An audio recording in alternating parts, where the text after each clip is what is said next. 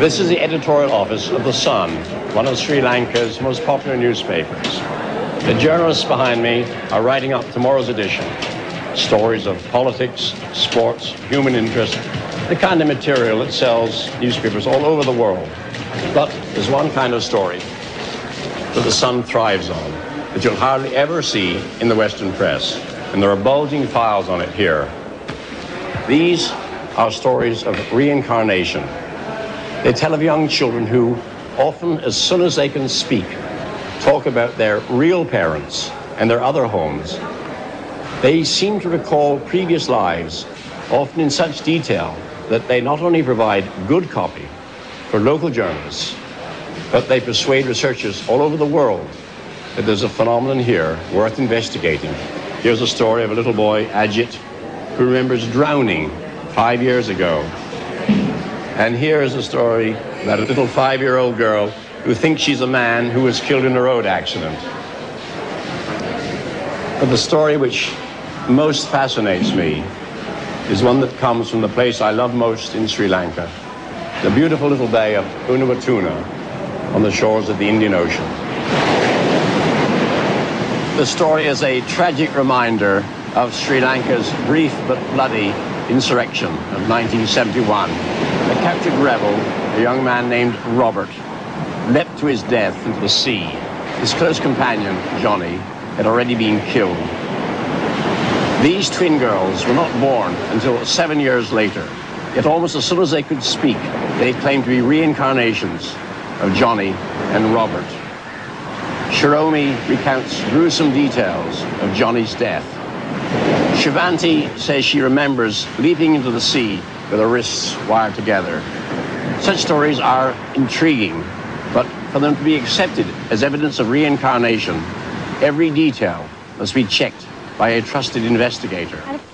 Journalist Delreen Vijayaratne covers many reincarnation stories. The latest comes from a jungle village, Pethiyagada. In this case, 4-year-old Inoka is the child who claims to have lived before.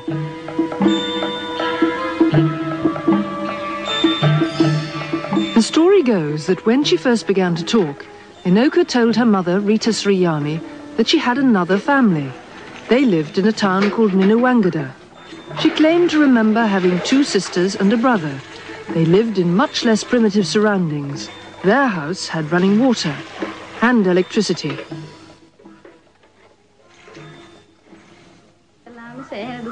Inoka's mother says she'd never believed in reincarnation, and she certainly wasn't going to trek 6 miles through the jungle to Minawangada to check Inoka's claims.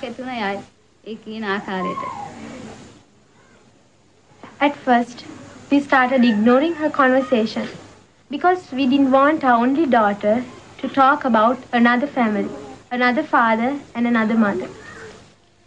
But Inoka's grandmother, Kiriyama, did listen to the tales of the little girl, and in the end was persuaded to take her to Minawangada. At the Buddhist temple there, the priests were intrigued, but not surprised, for Buddhists believe in reincarnation. They soon discovered that 8 years before, an 11-year-old girl called Milani had died in a motorbike accident. She'd had 1 brother and 2 sisters, and they'd lived in this modern house. It all fitted Inoka's description. When she was taken there, her first reactions amazed her mother, Rita Sriyani. She was no stranger in that house, and her first question was, "Where's my doll?" She started calling the mother of her previous life, Mummy, and Rita Sriyani was quite unhappy about it. And she was asking for all the toys of her previous birth. Today, Inoka frequently makes the journey to Minawangada.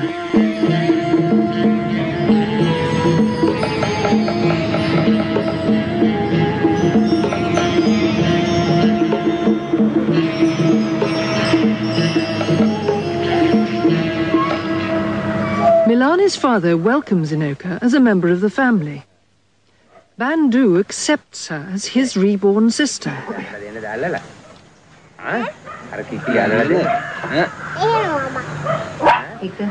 The girls say Anoka knew their names the first time she came to play.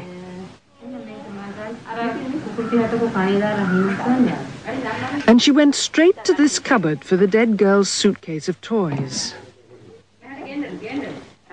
She identified Milani's photograph as my picture, and she calls Mrs. Godagampala her real mother. And what difference did Anoka's arrival make to your life?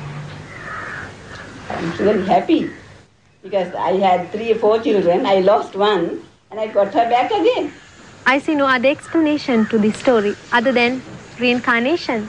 I mean, how can you expect a girl from Pettiagoda, that's 6 miles away from this spot, to talk of a family in Minuangoda that she has never seen or heard before?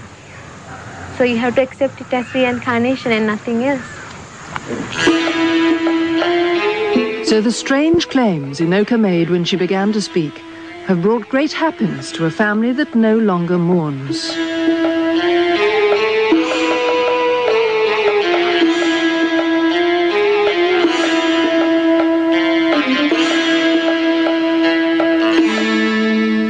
Stories of this kind are very rare in Britain. One of the most remarkable began in 1957 in Northumberland.